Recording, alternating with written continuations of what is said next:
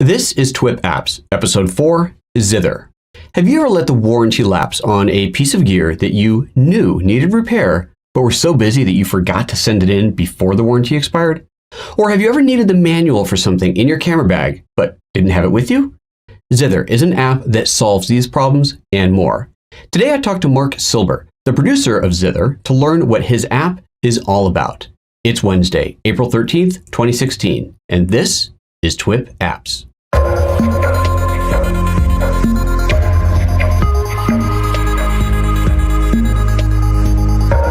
Welcome back to another episode of TWIP Apps. I'm your host, Photo Joseph, and today I'm here with Marc Silber. Marc Silber is the producer of the YouTube show Advancing Your Photography, as well as the producer of the Zither app, and he is here today to talk about that app, Zither. Welcome to the show.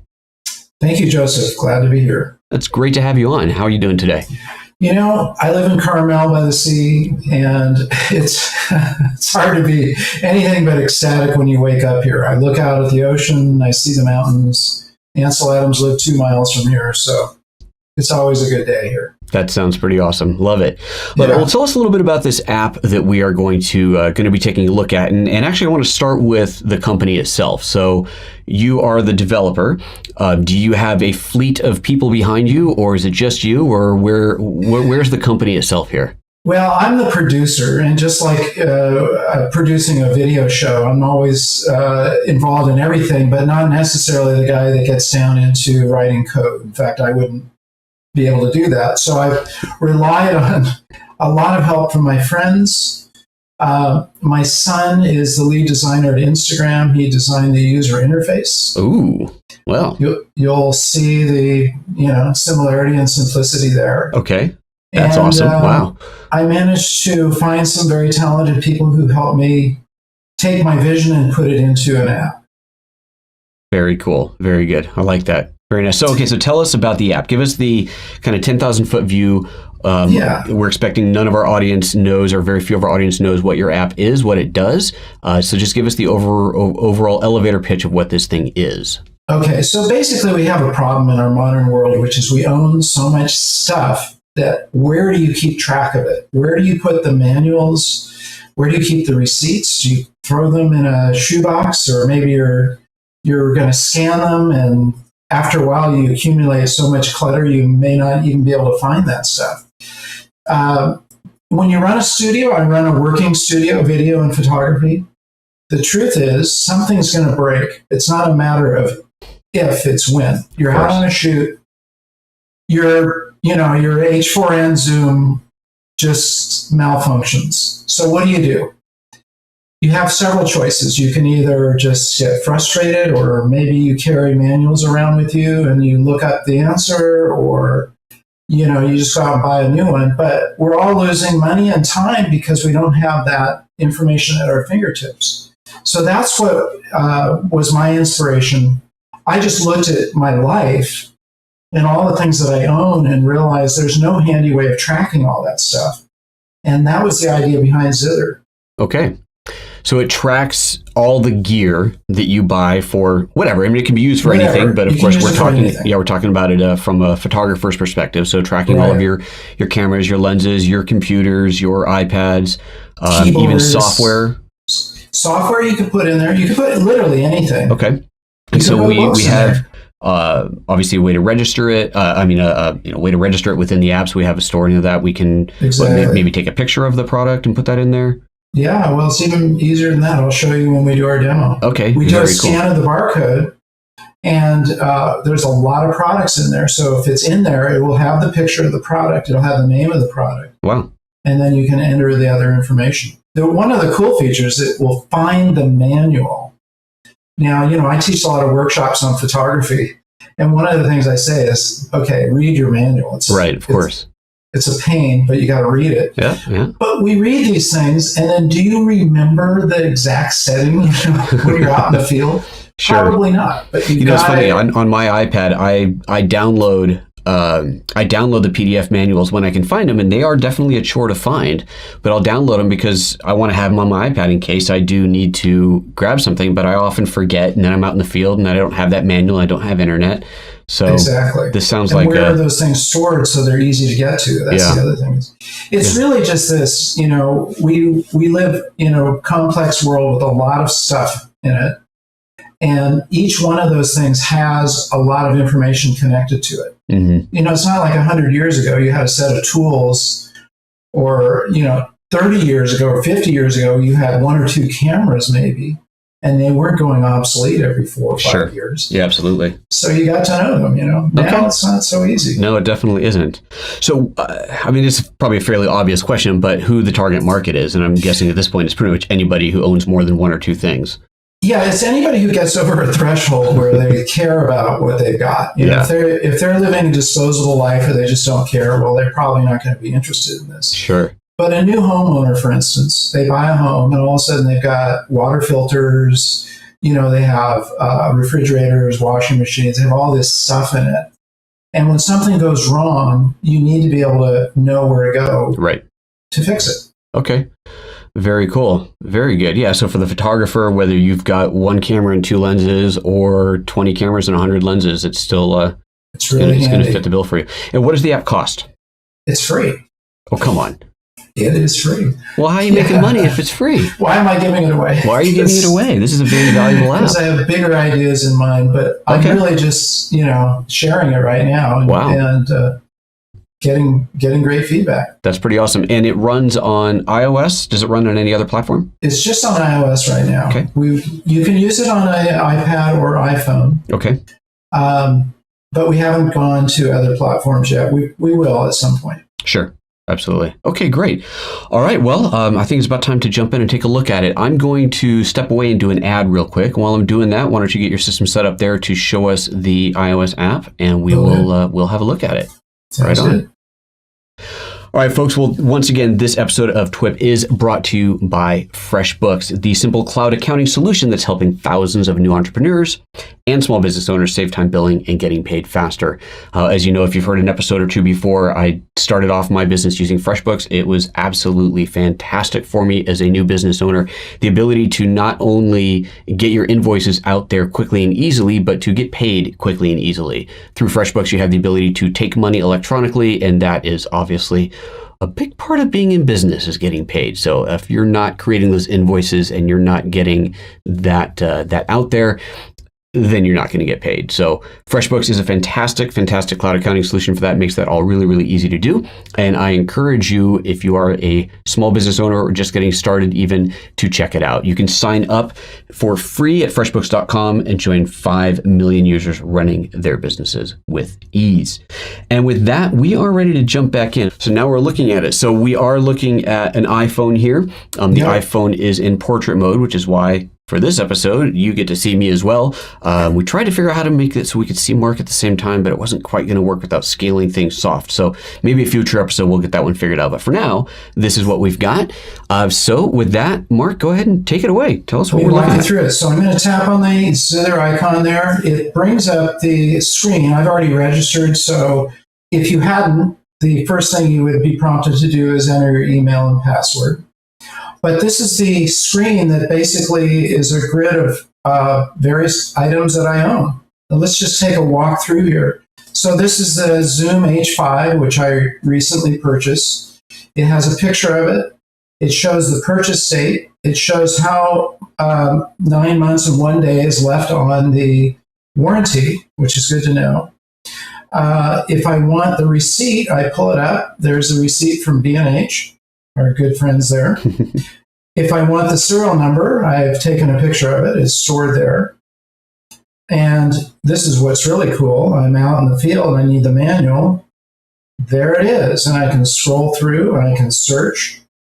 And when I'm done, I just tap done and I'm back to the grid. And if something goes wrong, I hit customer service. It finds that I bought it from B&H because I entered that information in there, and it gives me the contact phone. So I have all the information they would require if something went wrong. Now, you can see a whole bunch of different items that I've got in here. I'm going to show you how a new item is entered. I tap on the plus sign, and I am going to add this Logitech camera that I just got for the show. And the first thing I'm going to do is hit scan barcode. You always start with the barcode because chances are it's in there. And as soon as it finds it, now that barcode, obviously you scanned it off of the box. Are users often going to find these barcodes on the products themselves, or is this something they got to do off the box before they trash the box? Yeah, do it before you throw the box away. Okay. Unless you keep those, which most people probably don't. Now, right. You can enter stuff manually if you throw the box away. Okay. But it's kind of nice because it brings up all the information. There's a picture of the product. Okay. And I tap on it, and now it prompts me to add all the other information. So let's start with the receipt. I bought it from Amazon, so I'm just going to take a picture of the receipt. And now I could take it off the screen, or I could take it as a paper picture, which I did in this case. Now the warranty, I happen to know, I purchased it a few days ago, so I purchased it on the 8th, so I'll just change that. So now that's going to start triggering the warranty time. Gotcha. By default, it chooses 1 year warranty, but this one happens to have a 2-year, so I changed that. Okay, so you do need to change the warranty manually. It doesn't know what the warranty is for any particular product. It doesn't know. It just defaults at 1 year, so you do need to look that up. Okay. Before you go on, go back to the receipt scanning part of it, the receipt picture. So when you tapped on it, you could add take a photo or choose an existing. Now, choose existing, I'm assuming, is going to pull out of your camera roll. Would that be right? Yes, exactly. Okay. Is there an easy way? Because often, like for me, I do all my ordering online, and I guess I do get that little paper receipt that comes in the box, but those things are long gone, and usually what I've got is the digital one. So how would I go about taking the receipt that came in my inbox, or if I went to Amazon and I said make PDF of this receipt, could I get that PDF attached to this somehow? If you can get it in your phone, like if it's attached to an email, or you send it over to yourself, yes, you could just pull it up as an image. And will a PDF though? Because if I get a PDF, I don't think I can save a PDF to the camera roll, can I? I'm pretty sure that's a good question, Joseph, and I will look into that. Okay. Because I would imagine having a hook into something like Dropbox or another cloud service where I could push my PDF to and pull it from there might be helpful. Yes, that would be good. And we are adding a feature which will be email parsing, which will be very handy because you'll have the option whenever you do purchase something of parsing that information straight into Zither. Oh, so like I'd forward my email to a special email address and it would pull all the data out of it? It'll be even easier than that. It will actually, yes, you'll prompt it what email addresses you're purchasing things on, and it will actually give you a request if you want to add that in. So obviously you don't want to add in, 6 tubes of toothpaste you bought from Amazon. So you would say no, but anytime you bought a photography piece of gear or, something over a certain price threshold, it will add it in. Very cool. So that's coming. That's a little bit later, but that's where we're headed with this. Okay. Nice. All right. Thanks. All right, go ahead and continue. Yeah. So basically we're going to add the serial number can be added same way, take photo. And again, I have it from the box, but you could pull it off the camera itself. And here it is. I take a picture of the serial number, so I've got it there. It stores that. And if I had any notes I wanted to enter in here, I'll show you an example of that in a minute. So now I go ahead and save it. I tap on it again. To find the manual, just tap on Find Manual. And there's the setup manual. It finds it. Yeah, that's it. Look at that. So, wow, that's impressive. So, what is it just doing a Google search for the name and what manual user's guide? What is it? Yeah, we've got a little parameter in there that is going for user manual, and we kind of tweak that around with our developers, and it seems to work pretty well most of the time. Yeah, it's pretty handy. That is really cool. Isn't that cool? So now, in the case of the Zoom, so I entered a note in here because I wanted to remember where the backup recording is. So I just put that note in here. I hit edit, and down here, scrolling down, I wrote a note, set backup recording, menu, record, left, right, backup. That's one of those little things that, you're out in the field and you forget where it is. Sure. And there you have it. You just put it in there. Okay. So just a place to store any kind of product notes, anything that you know that you would love to use sometime, but you're probably going to forget how to get there. So this is a convenient place to just store that data instead of sticking it in your notepad or reminders or somewhere else. Exactly. Nice. And I think this is the thing, you could store this stuff somewhere, but this puts it all in one handy place. Sure. That you're always going to have, and you literally have it at your fingertips. And I see that pictures of the product itself, obviously for the Logitech that you just added, it pulled a graphic from their webpage or wherever it pulled it from. But in some of these cases, it looks like you took the picture yourself, so you can do that. Just take your own photo. You can take your own photo, and I think the Zoom, it looks like I took that one. So that comes up under enter manually. So if it doesn't pull up under the barcode, then you hit enter manually.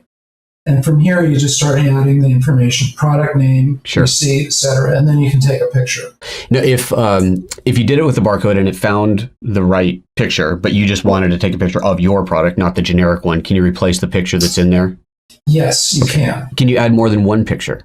No, apparently not. It looks like we just got one. Okay, that's something we could add as a feature. But yeah, I could see wanting to do that because you might want, let's say you buy a camera, right? You buy a camera, you've got a camera, but then you also got the battery, the charger, the body cap, the strap.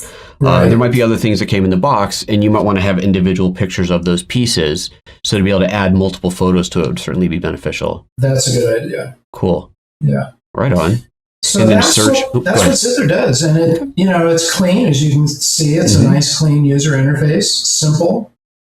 If you want to search for something, like if I type in Canon, it'll pull up, 5D Mark III and printer and whatnot. And so you can search by name, you can search by product, and I put in a couple of sample things that aren't just photography related. There's a tea kettle, and it too has a warranty.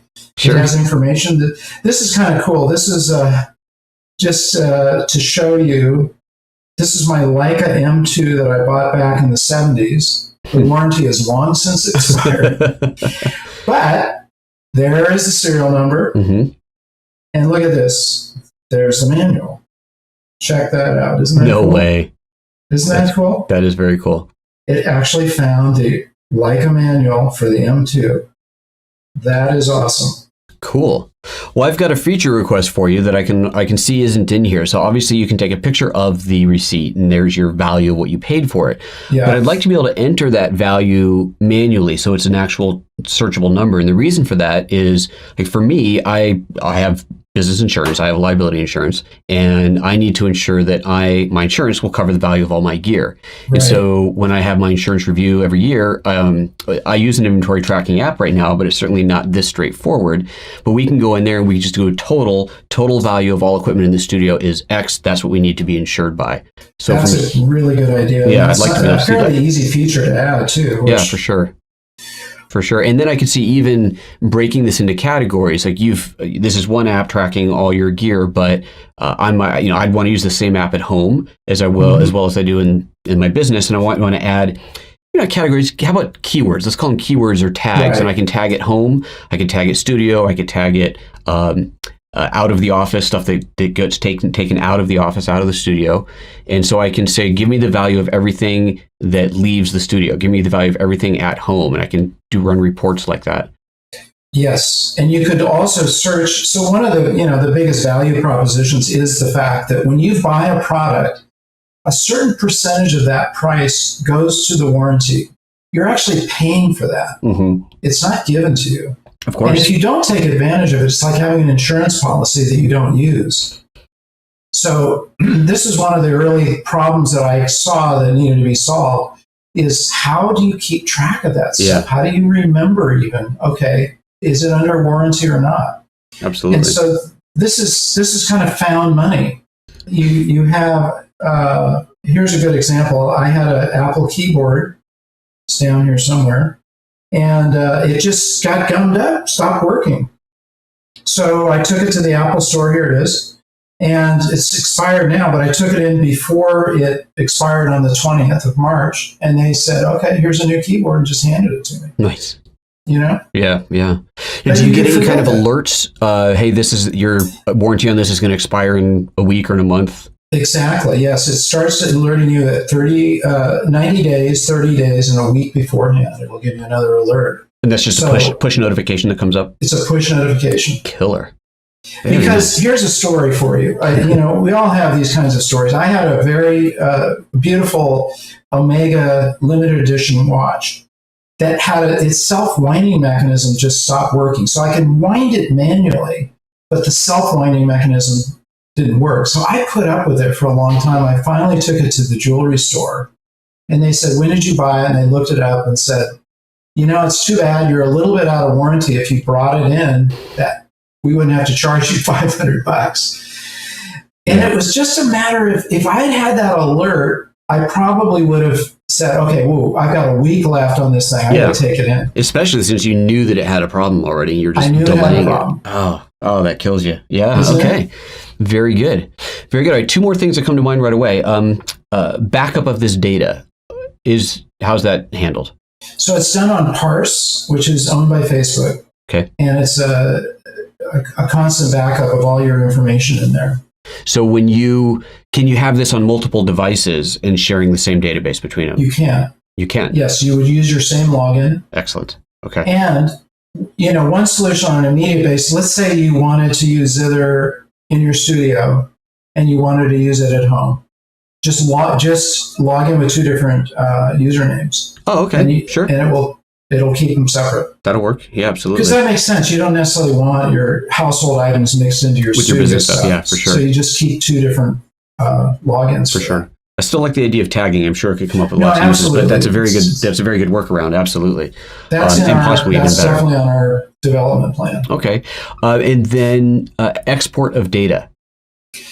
Right now, that's also on a future development point. And it's really important. And we know that what would be very handy is to have a web portal so you could download this stuff and ideally link it in with software like Quicken or QuickBooks, so you could just basically sync it with your inventory. Yeah, I can see that getting quite a bit more complicated, but at least having the ability to get the data out, export it out as an Excel file, a tabbed limited file with all your raw data and the pictures, since, of course, having the picture of the receipt is quite important in there. Exactly. I think that would be very handy because, for one thing, I know a lot of people get nervous about their data being trapped, as it were, inside of one container. And if you decide you don't like it, or you as the developer stop developing it, I spent all this time with this. What am I supposed to do now? I got to re-enter everything. So the ability to export that data would be key. And if you're going to start exporting data, and I can tell you this is something that I would like to use. As I mentioned, I already have an inventory database running on another app, but I'm not in love with that app. It's, whatever, it is what it is, but it doesn't have a lot of the features that you have. But I certainly don't want to re-enter a studio full of gear. So if you build export, that means you can build import. And granted, it would have to be formatted the right way, but if I could export out of my current database and rearrange the columns, rename them how they need to be named in Excel, and then export that into a file format that you can import it in, and it's all there, that'd be pretty sweet. Exactly. Very and sweet. You're basically hitting all the points we've got in our future development. So there's a couple of different options there. This may just end up being the freemium version, and you can upgrade to have some of those other options. Or there's a couple other ways we're looking at it. Yeah, absolutely. That's certainly worth paying for. If import and export became something you had to do an in-app purchase to get, yeah, no problem with that. That's a killer. Sure. Especially since it's free to start with. I mean, come on. It's free to start with. You can get the idea and you can use it and see how, it's very simple. Yeah, absolutely. And that's, again, user interface designed by my son at Instagram. That was the idea. Keep it simple. Yeah.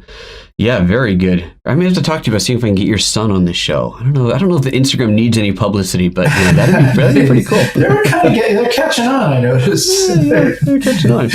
Right on. Well, killer. Thank you very much for that demo. That is absolutely awesome. I think it's it's clearly a very useful app outside of the world of photography as well. But since this is a show for photographers, certainly your photography gear is worth a lot of money. and you want to make sure that you are tracking it. You know where it is, you know what it's worth, and you know when that warranty is going to expire. Because you're absolutely right. Like your demo or your experience with the watch, I had the same thing on a camera years ago that I bought. Something went funny with it. I had it for a month, and I was so busy I never sent it in, and that warranty is long gone now. And it's annoying, isn't it? Absolutely. Yeah, the other thing, Joseph, there's a sense of satisfaction to see all your gear in one place. There's something kind of cool about it. There's a zenness to it. It's just like, here it is. It's all there. I can see it. Yeah, absolutely. Right on, killer. Well, thank you very much. So this brings us to the last part of our show, which is the guest app pick.